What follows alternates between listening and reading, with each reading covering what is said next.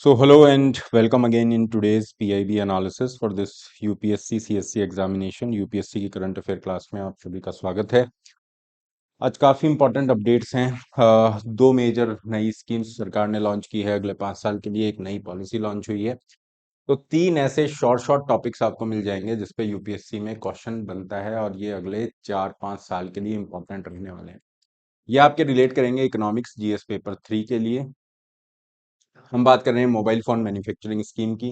पुरानी जो PLI scheme थी वो खत्म हो चुकी थी, उसकी जगह आपने mobile phone manufacturing scheme launch की है। क्या ये स्कीम है और इससे रिलेटेड कुछ प्रॉब्लम्स के फैक्ट्स डेटा जिस पे प्रॉब्लम्स के अंदर क्वेश्चन बने हैं 2026 का जो आप पेपर देखते हैं जिसमें हम बात करते हैं कि ये उल्टे सीधे क्वेश्चंस कहाँ से आ रहे हैं, उस तरह के टॉपिक्स भी आज यहाँ पे कवर होंगे। उस तरह का कंटेंट आज हमें मिल रहा है। फाइन। तो जब यूपीएससी के चेयरमैन कहते हैं कि देखो गवर्नमेंट की वेबसाइट है, पीआईबी है, यहाँ से ये स्टैंडर्ड सोर्सेज हैं जिनको हम फॉलो कर रहे हैं और हम मानते हैं कि एक सीरियस एस्पिरेंट इन सोर्सेज को फॉलो करेगा। तो जब ये टॉपिक्स हम पढ़ते हैं वी गेट टू रियलाइज कि हाँ यार ये कंटेंट यहाँ से उठा रहा है। सेमिकॉन 2.0 सेमीकंडक्टर का जो मिशन सेकंड है ये आपका लॉन्च हो चुका है। National investment policy for urea ये आपकी लॉन्च हो गई है। एंशियंट जो केवड़ा के फॉसिल्स हैं ये मिले हैं, है ना। तो ये एनवायरनमेंट से रिलेट कर जाएगा, केवल प्रॉब्लम्स रिलेटेड न्यूज है। पहले वाले जो तीनों टॉपिक हैं ये प्री और मेंस दोनों के लिए बहुत इंपॉर्टेंट है। बायोमेडिकल रिसर्च कैरियर प्रोग्राम की बात करेंगे, यहाँ पे एक इंडिया अलायंस का भी जिक्र किया गया है।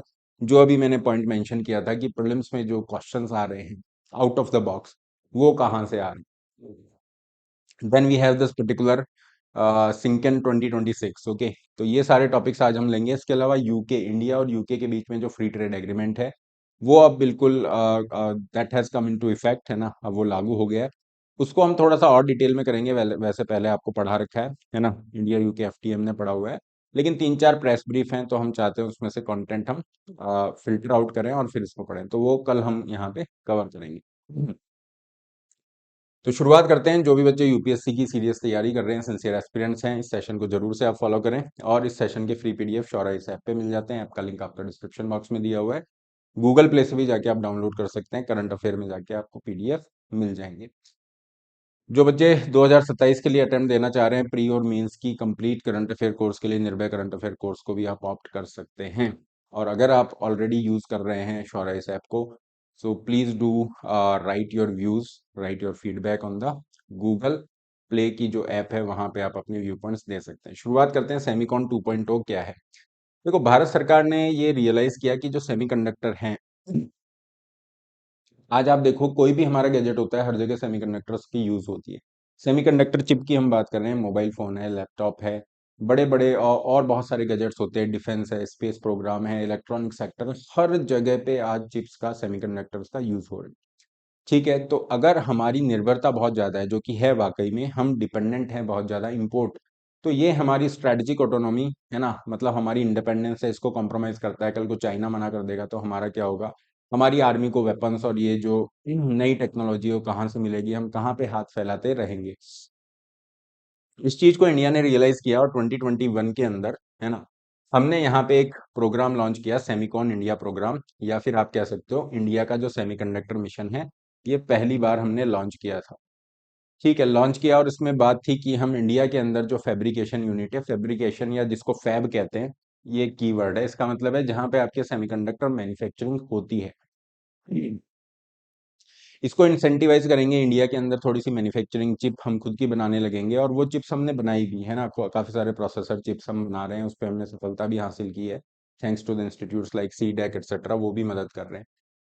अब हम क्या कर रहे हैं, पूरा हमने यहाँ पे चेंज कर दिया है। हमारा जो व्यू पॉइंट था उसको हमने पूरा चेंज कर दिया। हम कह रहे हैं कि अब हम केवल और केवल फैब्रिकेशन यूनिट तक, फैब तक सीमित नहीं है कि केवल इंडिया में बना लेते हैं, बाकी चीजें यहाँ से ले लेंगे, वो वहां से ले लेंगे, ठीक है, इंडिया में असेंबलिंग करके और हम खुश हो जाएंगे। हम उससे हट चुके हैं और अब हम कह रहे हैं कि हमारी जो स्ट्रेटजी है, it is not just limited to the building of fabrication units, केवल मैन्युफैक्चरिंग तक सीमित नहीं है। अब हम पूरी तरह से सेल्फ रिलायंट सेमीकंडक्टर इकोसिस्टम चाहते हैं। मतलब पूरी जो वैल्यू चेन है, जिसके अंदर आपके क्रिटिकल मिनरल्स भी आ जाएंगे, है ना, जिसके अंदर आपकी डिजाइनिंग आ जाएगी, खुद की हमारी स्वदेशी इंडिजीनियस चिप्स डिजाइन होंगी, रिसर्च एंड डेवलपमेंट पे हम काम करेंगे, हम उस तरह का वर्कफोर्स डेवलप करेंगे और ऑब्वियसली हम सेमीकंडक्टर जो फैब्रिकेशन यूनिट्स है ये तो बना ही रहे हैं। पुराना वाला जो हमारा सेटअप था उससे अब विजन कैसे अलग हो गया, ये ध्यान रखना, क्योंकि अगर मेंस पे क्वेश्चन पूछता है तो ये पूछेगा पुराने वाले से नया कैसे अलग है। पुराने वाले के अंदर आप केवल और केवल फैब्रिकेशन यूनिट पे फोकस कर रहे थे। अब ये कह रहे हैं कि हम फैब्रिकेशन यूनिट के अलावा डिजाइन पे, मशीन मटेरियल पे, फैब्रिकेशन फैसिलिटी, है ना, एडवांस पैकेजिंग, रिसर्च डेवलपमेंट और स्किल डेवलपमेंट सब पे फोकस करेंगे। तो ये जो हमारा सेमिकॉन 2.0 है या सेमीकंडक्टर मिशन सेकंड है, इसके अंदर मेजर 6 पिलर्स की बात की गई है, जो 6 पिलर अभी अभी मैंने आपको बताए हैं। ये बच्चों ऐसा टॉपिक है जो अगले 5 साल के लिए इंपॉर्टेंट है, मतलब ये मान के चलो कि इस पे क्वेश्चन आना ही आना है। ये टॉपिक ऐसा है जो प्री और मेंस दोनों के लिए इंपॉर्टेंट होगा। और स्पेशली अगर आप स्टेट पीसीएस का कर रहे हो, है ना, तो वहाँ पे भी ये टॉपिक्स इंपॉर्टेंट होते हैं। जो भी आप यहाँ पढ़ते हैं वो ऑलमोस्ट सारी चीजें आपको स्टेट पीसीएस में भी इक्वली हेल्प करती है, स्पेशली मेंस में एक एक्स्ट्रा एडवांटेज देती है, जिसपे आपका फाइनल सिलेक्शन डिपेंड करता है। तो यहाँ पे वही 6 पिलर्स हैं जिसकी अभी हमने बात की, डिजाइनिंग की बात कर रहे हैं।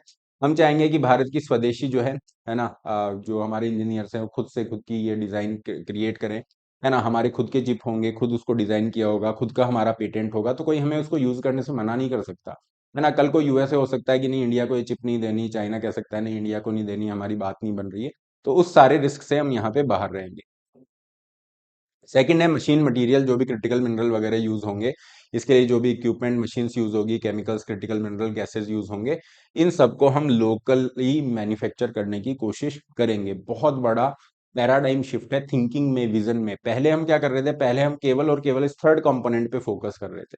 जो 1.0 वाला मिशन था ना, उसमें हम क्या कर रहे थे, केवल फर्स्ट वाले इस थर्ड कंपोनेंट पे, कि हम और ज्यादा फैब्रिकेशन यूनिट्स इंडिया में बनाएंगे। फैब्रिकेशन यूनिट मतलब जहाँ पे सेमीकंडक्टर चिप्स की मैन्युफैक्चरिंग होती है उसको बनाएंगे। वो भी बनने में अभी 2 साल लगेंगे, 2028 में पहला फैब्रिकेशन यूनिट बन के हमारा तैयार हो। तो इसको इसको इंडिया ने अब केवल यहाँ तक सीमित नहीं रख के, है ना, इसको एक कंपोनेंट बना दिया, वन ऑफ द 6 पिलर बना दिया। पहले वाला मिशन केवल यहीं तक सीमित था। अब आपने कहा कि मटेरियल भी हम खुद का लेंगे। ओके, मटेरियल, मशीन, डिजाइनिंग हमारी खुद की होगी, स्वदेशी चिप होंगी, और जो चिप होती हैं उनको जो फाइनल यूज करते हैं उसके लिए आपका एटीएमपी, ये जो टेस्टिंग वगैरह होती है, ओसैट इंडस्ट्री जो होती है, इसकी हमने बात की थी कि सानंद गुजरात के अंदर ये फैसिलिटी खोली गई है, ये आपको पढ़ाया था इसी पीआईबी एनालिसिस के अंदर। तो जो एटीएमपी फैसिलिटीज आपकी होती हैं, है ना, assembly testing marking packaging facility, जहां पे आप रॉ सिलिकॉन जो वेफर्स हैं उनको फंक्शनल चिप्स के रूप में फाइनली पैक करते हो ताकि उनको यूज किया जा सके। तो इन फैसिलिटी पे भी हम यहाँ पे काम कर रहे हैं। इसके अलावा फिफ्थ कंपोनेंट है रिसर्च डेवलपमेंट का, सिक्स है टैलेंट डेवलपमेंट, स्किल डेवलपमेंट का। छह के छह कंपोनेंट है, इनको याद रखिए। और जैसा मैंने कहा प्री मीन्स दोनों के लिए इंपॉर्टेंट है, बिल्कुल एज इट इज इसको बिल्कुल छाप लेना अपने नोट्स के अंदर। इसमें मैं ये नहीं कहूंगा ये लिखो वो लिखो, है ना, क्योंकि ये एक ऐसा पोटेंशियल टॉपिक है जिसके अंदर आपको सारी ही चीजें ध्यान रखनी होंगी। Now the think is that, ये हमने देख लिया, और देखो कितना सारा पैसा सरकार दे रही है। ये 6 पिलर्स की हम यहाँ पे बात कर चुके हैं। ओके, क्या ये पिलर रहने वाले हैं? Semiconductor fabrication plant, manufacturing chips होती है, ये मैं आपको बता चुका हूँ। 2.0 वर्जन पहले वाले से कैसे अलग है ये भी मैं आपको एक्सप्लेन कर चुका हूँ, ठीक है। देखो ये जो पूरा प्रोग्राम है इसके अंदर सरकार जो है कुछ सपोर्ट देने की बात कर रही है ना, कि अगर आप इंडिया के अंदर अपना फैब्रिकेशन यूनिट लगाते हो, प्लांट लगाते हो, तो सरकार भी सपोर्ट देगी। एक सपोर्ट होता है, कोई प्राइवेट कंपनी आई उसने कहा कि ठीक है हम प्लांट लगाएंगे, और गवर्नमेंट ने पैसा उसको चिपका दिया कि हम आपको 100 करोड़ दे रहे हैं मान लो, तो 100 करोड़ अपफ्रंट एक बार में लोड कर दिया उसको। एक सपोर्ट होता है जहां पे गवर्नमेंट कह रही है आप 10 करोड़ लगाओगे तो हम 1 करोड़ देंगे, फिर आप 10 करोड़ लगाओगे हम 1 करोड़ देंगे। जैसे जैसे आप इन्वेस्टमेंट करोगे वैसे वैसे हम अपना यहाँ पे कंट्रीब्यूशन, अपना सपोर्ट रिलीज करेंगे, है ना। तो ये जो फंडिंग होती है इक्वल फुटिंग पे फंडिंग होती है, प्राइवेट प्लेयर जितना कर रहा है, सरकार ने जितना वहां पे किया है, 100 करोड़ का किया है। मान लीजिए गवर्नमेंट कह रही है कि हम आपको, आप अगर 1000 करोड़ का इन्वेस्टमेंट करते हो हम आपको 100 करोड़ का सपोर्ट देंगे। तो गवर्नमेंट ऐसा नहीं कि उसने बोला था 1000 करोड़ का इन्वेस्टमेंट हम करेंगे, गवर्नमेंट ने 100 करोड़ दे दिए। गवर्नमेंट कह रही है हम इक्वल फुटिंग पे करेंगे, जैसे जैसे आप इन्वेस्टमेंट डालोगे वैसे वैसे हम आपको सपोर्ट देंगे। तो ये जो है इसके लिए एक टेक्निकल वर्ड यहाँ पे यूज किया गया है, ये जो पूरी प्रेस ब्रीफ है इसके लिए नाम दिया गया है पेरी पैसू फंडिंग। पेरी पैसू एक तरह का लैटिन टर्म है जिसका मतलब होता है ऑन इक्वल फुटिंग। तो पेरी पैसू फंडिंग जो है ये आपका हो जाएगा government support that is released proportionately alongside the beneficiary investment. इसको आप याद रखिएगा, है ना, क्योंकि ये अलग से ऐसा कहीं नहीं है, इसका यहाँ पे मेंशन है और मुझे लगा कि इसको प्रीलिम्स में पूछा जा सकता है। अगर ये पूछा जाएगा तो बहुत डिफिकल्ट हो जाएगा। ठीक है, नेक्स्ट आते हैं कुछ अगेन प्रीलिम्स के लिए बहुत सुपर हिट कंटेंट यहाँ पे आपको मिल जाएगा। क्या बात हो रही है? मैन्युफैक्चरिंग की बात हो रही है मोबाइल फोन के लिए। देखो, भारत यहाँ पे बहुत लंबे समय से ही प्रयास कर रहा है कि हम मोबाइल फोन की जो मैन्युफैक्चरिंग है ना, इसको हम करते हैं। ओके, ये सब चीजें कि कैसे इंडिया के अंदर मोबाइल फोन को ज्यादा मैन्युफैक्चर किया जा सकता है और ये सारी चीजें। तो इसके लिए पहले पीएलआई स्कीम आपकी चलती थी, प्रोडक्शन लिंक्ड स्कीम आपकी चलती थी।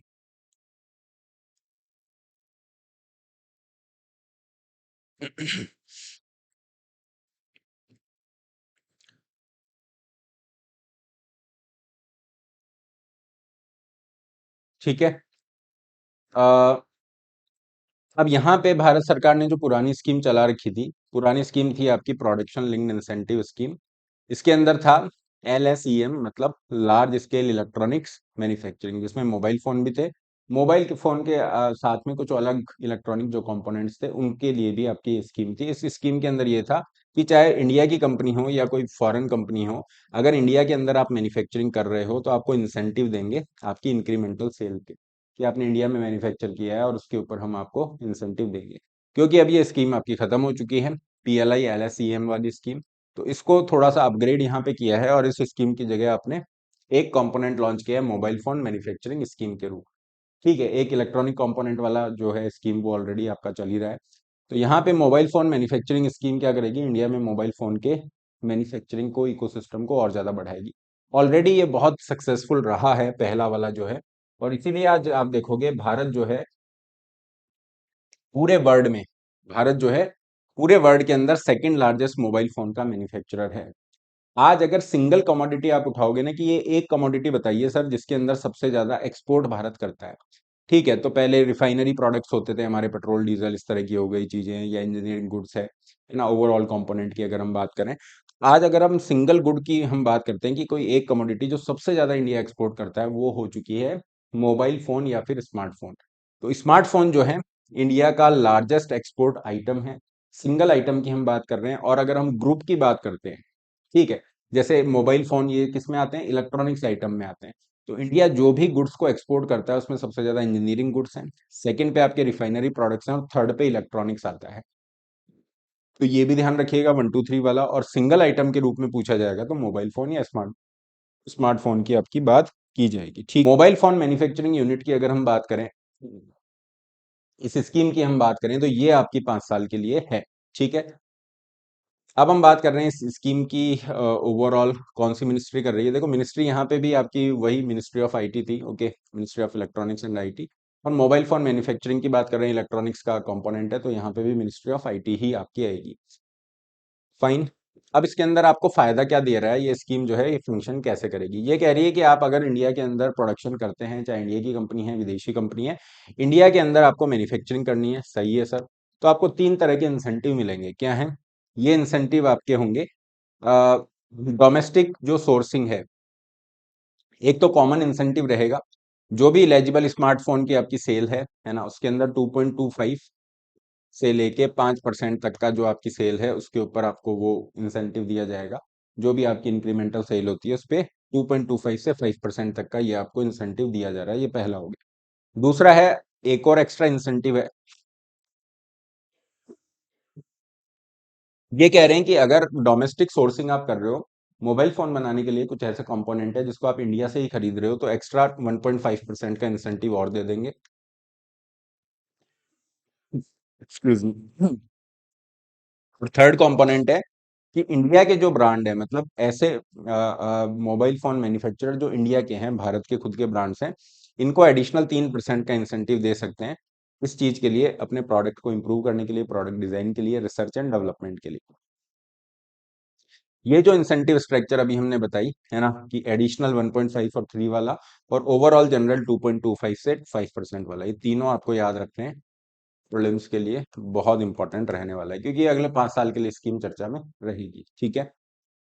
इसके अलावा गवर्नमेंट ये भी कह रही है कि इससे जो है डायरेक्ट 60,000 जॉब्स क्रिएट होंगे। इसको लिखने की जरूरत नहीं है, बस ये 3 पॉइंट आप यहाँ पे लिखिए। कौन सी स्कीम को ये रिप्लेस कर रही है ये आप लिख सकते हो, कौन सा मंत्रालय इसमें आएगा ये आप पॉइंट यहाँ पे लिख सकते हैं। It focuses on the supply chain resilience. अब यहाँ पे ये जो स्कीम है ये कह रही है कि हम यहाँ पे सप्लाई चेन रेजिलियंस की बात कर रहे हैं। अगेन वही वही लॉजिक है। कल को अगर हमारी डिपेंडेंस चाइना, यूएसए किसी भी देश पे है, वो हमें मना कर देता है, तो हमारी जो है डिपेंडेंसी उस पर नहीं होनी चाहिए, हम आत्मनिर्भर होनी चाहिए। हम हमारी जो सॉवरिटी है, डिसीजन मेकिंग अथॉरिटी जिसे हम कहते हैं, कि हमारी जो स्ट्रैटेजिक ऑटोनॉमी है, हम किसी के दबाव में काम करने के लिए मजबूर ना हो, है ना, किसी भी वजह से, तो वो नहीं होना चाहिए। तो ये यही कह रहा है कि हम टेक्नोलॉजी के एरिया में भी सॉवरन रहना चाहते हैं, किसी के दबाव में आके, है ना, मजबूरी में कोई डिसीजन नहीं लेना पड़े। तो इस तरह की स्थिति से बचने के लिए हम पूरी सप्लाई चेन पे ही यहाँ पे काम कर रहे हैं मोबाइल फोन प्रोडक्शन के लिए। तो ये डोमेस्टिक वैल्यू एडिशन को बढ़ावा देगा, क्योंकि डोमेस्टिक वैल्यू एडिशन आप कर रहे हो तो 1.5% का एक्स्ट्रा इंसेंटिव दे रहा है। सप्लाई चेन को तो स्ट्रेंथन कर ही रहा है, इंडिया ब्रांड को भी प्रमोट कर रहा है। भारत के खुद के स्वदेशी ब्रांड है, उनके लिए 3% का इंसेंटिव दे रहा है research and development, product improvement के लिए। ठीक है, ओवरऑल इलेक्ट्रॉनिक्स में हमारी कॉम्पिटिटिवनेस को भी बढ़ा रहा है। ऑलरेडी मैंने प्रीलिम्स के लिए कुछ फैक्ट आपको यहाँ पे बता दिए हैं। इसकी 2 प्रेस रिलीज हुई हैं अलग अलग मंत्रालय से, तो दोनों हमने पिक किए हैं, दोनों को हमने फॉलो किया है। और ये कुछ पॉइंट्स जो है हमें सेकंड प्रेस ब्रीफ से मिला है, जिसमें ये कह रहा है कि आज इंडिया सेकंड लार्जेस्ट क्या है, मोबाइल फोन का मैन्युफैक्चरर है। सिंगल आइटम एक्सपोर्ट के रूप में मोबाइल फोन सबसे ज्यादा एक्सपोर्ट होने वाले आइटम्स हैं। ठीक है, और इंडिविजुअल एक्सपोर्ट कैटेगरी की हम बात कर रहे हैं। इलेक्ट्रॉनिक सेक्टर जो है ओवरऑल 25 लाख जॉब्स देता है, जिसमें से लगभग 12 लाख जॉब अकेले मोबाइल फोन मैन्युफैक्चरिंग में है। एक चीज इसमें मुझे बहुत ज्यादा यूनिक लगी, है ना, सरप्राइजिंग मुझे लगा, जहां पे सरकार कह रही है कि वुमन जो है ये लगभग 70% of direct mobile phone manufacturing workforce का हिस्सा हैं। डायरेक्ट वर्कफोर्स की बात हो रही है, डायरेक्ट जो एम्प्लॉयमेंट जनरेशन हो रहा है उसमें 70% महिलाएं हैं। तो वुमेन एम्पावरमेंट और इससे रिलेटेड क्वेश्चन तो हर साल होते हैं, मल्टीपल क्वेश्चन होते हैं, उसमें आप इस फैक्ट को फर्दर मटेरियल के रूप में भी आप यूज कर सकते हैं। ठीक है, ये हुई आपकी 2 स्कीम्स, है ना। अब हम बात कर रहे हैं national investment policy for urea. Urea के लिए हम पॉलिसी की बात कर रहे हैं। देखो, यूरिया जो है आप सभी को पता है एक बहुत इंपॉर्टेंट फर्टिलाइजर है, हमारी फूड सिक्योरिटी के लिए जरूरी है, किसानों के लिए भी मायने रखता है। आज हमें जितनी यूरिया की जरूरत है उसका 25% तक हम क्या करते हैं, इंपोर्ट करते हैं, विदेशों से हमें खरीदना पड़ता है। क्योंकि according to the government estimate अगर हम बात करें तो भारत जो है उसकी डिमांड है 40 million ton of the urea, और हमारा जो प्रोडक्शन है ये 30 मिलियन टन का है। मतलब हमारा गैप आ रहा है 10 मिलियन टन का। ठीक है, ये 10 मिलियन टन जो है ये हम इंपोर्ट कर रहे हैं। अब आपको पता है कितना वॉलेटाइल सिनेरियो चल रहा है, किसी भी देश पर निर्भरता बहुत घातक सिद्ध हो रही है। ये हमने देख लिया पेट्रोल डीजल में, हमारा जो क्रूड ऑयल आता है, गैस आती है खाड़ी देशों से जो आ रही है ना, उसके अंदर अगर रुकावट आ रही है तो हमें पेट्रोल डीजल की कीमतों का, महंगाई का सामना करना पड़ रहा है। कल को फर्टिलाइजर के केस में भी ऐसा हो सकता है, और इसलिए हम डिपेंडेंस नहीं रखना चाहते। भारत सरकार क्या चाहती है, भारत सरकार ने पहले भी इसके लिए 2012 में एक पॉलिसी लॉन्च की थी, 2012 में एक पॉलिसी लॉन्च किया हुआ है, उसको इसने रीस्ट्रक्चर कर दिया या नई पॉलिसी बना के यहाँ पे किया है, कि उसके अंदर जो कमियां थी वो हम नहीं चाहते, और उसको और अच्छा हम बनाते हैं और अच्छे से पैकेज करके यहाँ पे देते हैं, ताकि इंडिया के अंदर, ध्यान से सुनना, इंडिया के अंदर नए gas based urea manufacturing units लगाई जा सके। क्योंकि जब नए ये जो यूरिया बनाने वाले प्लांट्स इंडिया में लगेंगे तभी तो हमारा ये डेफिसिट पूरा होगा। जो हम इंपोर्ट कर रहे थे, आयात कर रहे थे, उसकी जरूरत नहीं पड़ेगी, इंडिया में ही मैन्युफैक्चरिंग हो जाएगी। तो इसके लिए ये जो पॉलिसी है ये क्लियरली मेंशन करती है कि हम नए gas based urea manufacturing units लगाएंगे। गैस बेस्ड का मतलब है, ओके, जो आपकी नेचुरल गैस यहाँ पे यूज हो रही है, ओके, नेचुरल गैस जो यूज हो रही है, देखो कई जगह पे अभी भी क्या होता है, जो यूरिया मैन्युफैक्चरिंग यूनिट्स है वहां पे नेफ्था का यूज होता है ना, वो पॉल्यूटेंट भी है और बहुत सारी चीजें हैं। तो अब ये कह रहे हैं कि नेफ्था वेफ्था नहीं, केवल और नेचुरल गैस का हम यूज करेंगे। अब वो जो गैस है मे बी कि ये कोल गैसिफिकेशन से लेते हैं, या फिर कोल बीड मेथड है वहां से लेते हैं, या ओवरऑल नेचुरल गैस की हमारी जो सप्लाई है, ओके, वहां से लेते हैं। कहने का मतलब है इस पॉलिसी के अंदर केवल और केवल सरकार gas based urea manufacturing units को ही लगाएगी। अब इसके लिए इन्वेस्टमेंट अट्रैक्ट करने की बात कैसे है, यहाँ पे सरकार कह रही है कि देखो आप जो पैसा लगाओगे ना, मतलब कोई प्राइवेट प्लेयर है उसने यहाँ पे अपनी यूनिट डाल दी, अब उसको ये दिक्कत रहेगी कि यार मैंने यहाँ पे 100 करोड़ डाल दिए तो मेरे को रिटर्न मिलेगा नहीं मिलेगा, मेरा फायदा होगा नहीं होगा। गवर्नमेंट कह रही है आपको अशोर्ड रिटर्न देंगे, रिटर्न ऑन आपका जो भी इन्वेस्टमेंट पे रिटर्न है शॉर्ट रहेगा मतलब मिनिमम आपको 12 से 16% का फायदा होगा। आपने 100 करोड़ लगाए हैं तो आपको 12 से 16 करोड़ रुपए का रिटर्न भी आएगा, आपकी जो रिटर्न ऑन इक्विटी है। इससे क्या होगा, प्राइवेट प्लेयर को ये लगेगा कि हाँ यार नुकसान वाली बात नहीं है, जैसे होता है ना एफडी में पैसा डाला तो इतना मिल जाएगा, ये सब चीजें। तो ये वाला हो गया सेकंड कंपोनेंट इस पॉलिसी का हिस्सा। पहला क्या है, फर्स्ट हिस्सा है कि नए gas based urea manufacturing plant लगाए जाएंगे। सेकंड है assured return, return on equity जो है ये अश्योर्ड रहेगा 12 to 16%। थर्ड ये कह रहे हैं कि फिक्स्ड और वेरिएबल कॉस्ट को अलग रखेंगे। होता क्या है कि अगर आपने कोई प्लांट लगाया है ना, तो फिक्स कॉस्ट क्या हो गई, मशीनरी की कॉस्ट फिक्स है, बिल्डिंग की कॉस्ट फिक्स है, लेकिन उसके लिए जो रॉ मटेरियल यूज कर रहे हो वो कभी महंगा होगा कभी सस्ता होगा। तो सरकार दोनों को अलग रख रही है जिससे ट्रांसपेरेंसी रहे, घिच ना हो। ठीक है, तो ये भी फायदे वाली बात है कि ट्रांसपेरेंसी बेटर रहेगी, फिक्स्ड और वेरिएबल कॉस्ट को आपने अलग रखा है। अब इसमें फोर्थ कंपोनेंट और बहुत अच्छा है, ये कह रहे हैं कि फॉरेन एक्सचेंज जो है इसका रिस्क कम किया जाएगा। ठीक है, by converting the fix cost, जो भी आपकी फिक्स कॉस्ट यहाँ पे लग रही है ना, उसको इंडियन रुपी में हम यहाँ पे कन्वर्ट कर देंगे। क्योंकि अगर वो डॉलर में हम कैलकुलेट करते हैं, है ना, और मान लो कि डॉलर के अंदर लेटस से $100, आज $100 इक्वल टू हम मान लेते हैं कि लगभग लगभग 9,500 रुपये, 9,500 रुपीज है।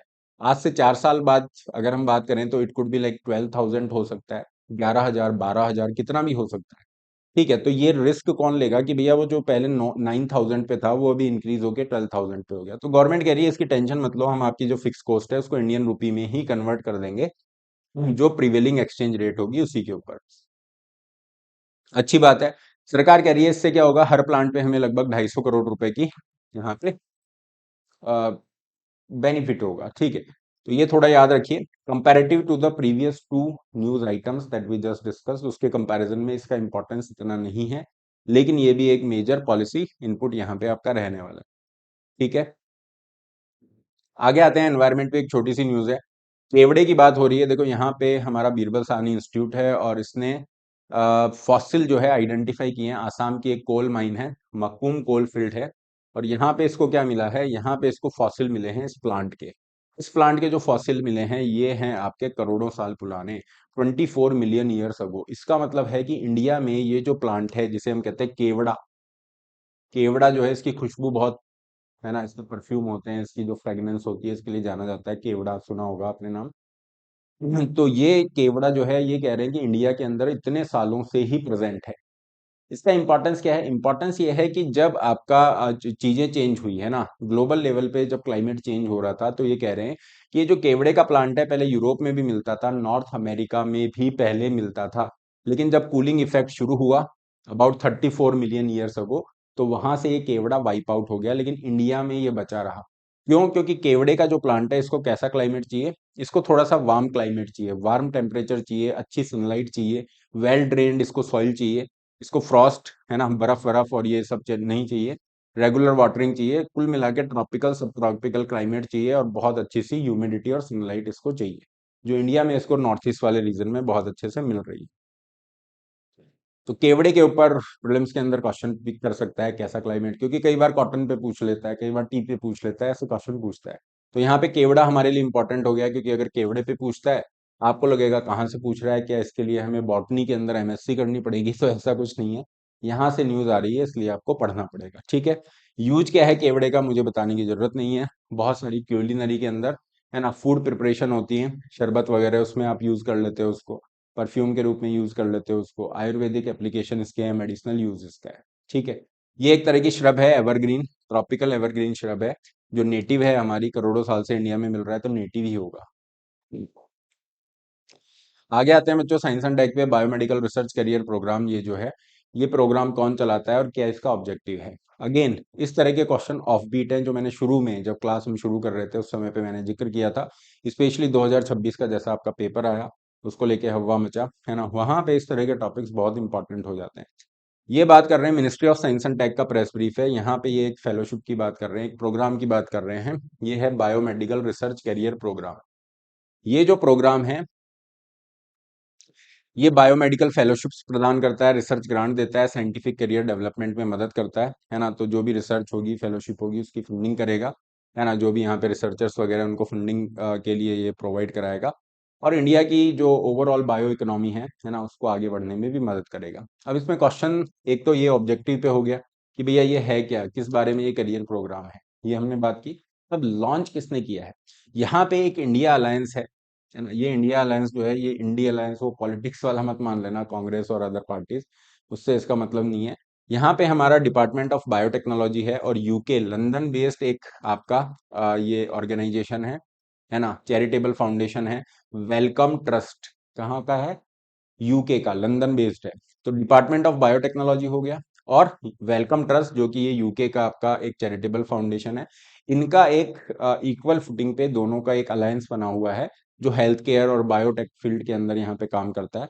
इसको कहते हैं इंडिया अलायंस। तो ये जो करियर प्रोग्राम है, इसी इंडिया अलायंस ने लॉन्च किया हुआ है। मतलब department of biotechnology and Wellcome Trust, इन दोनों का मिला जुला आपका इनिशिएटिव ये होगा। ठीक है, ये आप ध्यान रख लीजिए। ओवरऑल ये बायो इकोनॉमी के लिए अच्छा है। अब देखो यहाँ पे ये तो हो गया प्रीलिम्स के लिए। अब क्वेश्चन अगर मेंस में आता है वो पूछ लेगा बायो इकोनॉमी से आप क्या समझते हो। ठीक है, जो भी बायोलॉजिकल ओरिजिन के सोर्सेज हैं जिनको इकोनॉमी में यूटिलाइज किया जा सकता है, जैसे बायोफ्यूल है, इथेनॉल हो गया, बायोटेक्नोलॉजी हो गई, वैक्सीन्स हो गए, है ना, जीन थेरेपीज हो गई, एग्रीकल्चर में यूज होता है, ये सारी चीजें किसका पार्ट है? बायो इकोनॉमी का part. Okay, bio based plastics हो गए, बायोफ्यूल्स हो गए, बायोकेमिकल्स हो गए, इंडस्ट्रियल एंजाइम्स हो गए, ये सब इसमें। तो यहाँ पे जो डेटा लिखा हुआ है ना, वो आपको नहीं रखना है। बस आपको अगर ये ध्यान है कि बायो इकोनॉमी क्या होती है, तो आप इसको स्किप कर देना। अगर बायो इकोनॉमी आपको नहीं पता, तो अभी जो 2 मिनट मैंने चीजें बताई हैं आपको, आप उनको लिख लीजिए। ओके, और इंडिया का जो बायो इकोनॉमी है, वो आज की तारीख में 195 बिलियन का मार्केट है ना, जो आज से 10 साल पहले केवल 10 बिलियन का हुआ करता था। तो बहुत तेजी से ये ग्रो कर रहा है और हम मान के चल रहे हैं अगले 4 साल में ये $300 बिलियन का हो जाएगा। मतलब बहुत सारी जॉब्स, बहुत सारा इकोनॉमिक ग्रोथ यहाँ पे मिल रहा है, जॉब हमें मिल रहा है, टेक्नोलॉजिकल एडवांसेस यहाँ पे मिल रहे हैं, हेल्थ केयर के लिए बेनिफिट मिल रहे हैं। इतना बड़ा इसका प्रोस्पेक्ट है। इसलिए यहाँ से ये क्वेश्चन उठ के आपका मेंस में हो गया। उसके लिए बेसिक अंडरस्टैंडिंग आपकी यहाँ लगा दी है। यहाँ पे फैक्ट नहीं रखने हैं, बस कंपोनेंट क्या होते हैं बायो इकोनॉमी के, उसके लिए ये स्लाइड आपके रेफरेंस के लिए लगाई है। ये 48% ये वो कुछ नहीं रखना है। ठीक है, चलिए, तो ये हो जाते हैं आज आपके टॉपिक। एक और टॉपिक हमारे पास है, you have this synergistic collaboration in health care innovation. Okay, तो इसकी आपकी एक मीट जो है ना, आप कह सकते हो जो बिजनेस मीट है, इंडस्ट्री बिजनेस मीट है, ये ऑर्गेनाइज की गई है। और इसमें बात क्या हो रही है, जो भी बायोटेक्नोलॉजी के रिसर्चर्स हैं, रेगुलेटर्स हैं, स्टार्टअप इंडस्ट्री वाले लोग हैं, ये आपस में मिले हैं और जो भी डिस्कवरीज हैं, है ना, कुछ नई खोज हुई है, तो उसको रेडीमेड प्रोडक्ट के रूप में कैसे बना सकते हैं, उसके लिए ये लोग यहाँ पे अपनी मीट कर रहे हैं। तो इसके अंदर ब्रिक तिस्ती मीट है। ओके, ब्रिक जो है बायोटेक्नोलॉजी रिसर्च इनोवेशन काउंसिल है। इसके अंडर में एक इंस्टीट्यूट काम करता है, जिसे हम कहते हैं translational health science and research institute, technology institute. बहुत ज़्यादा इंपॉर्टेंट नहीं है, बट अगेन बहुत ऑफ बीट जैसे टॉपिक आ रहे हैं, तो वहाँ पे थोड़ा सा अगर आपके दिमाग में रेफरेंस रहेगा तो आप इसको ध्यान रख सकते हैं। अदरवाइज ऐसे नाम पढ़ के ही आपकी हवाइयाँ हो जाएगी। तो मुश्किल से 3 पॉइंट है। ठीक है, इनको आप लिख लीजिए, ज़्यादा इसमें कुछ है नहीं।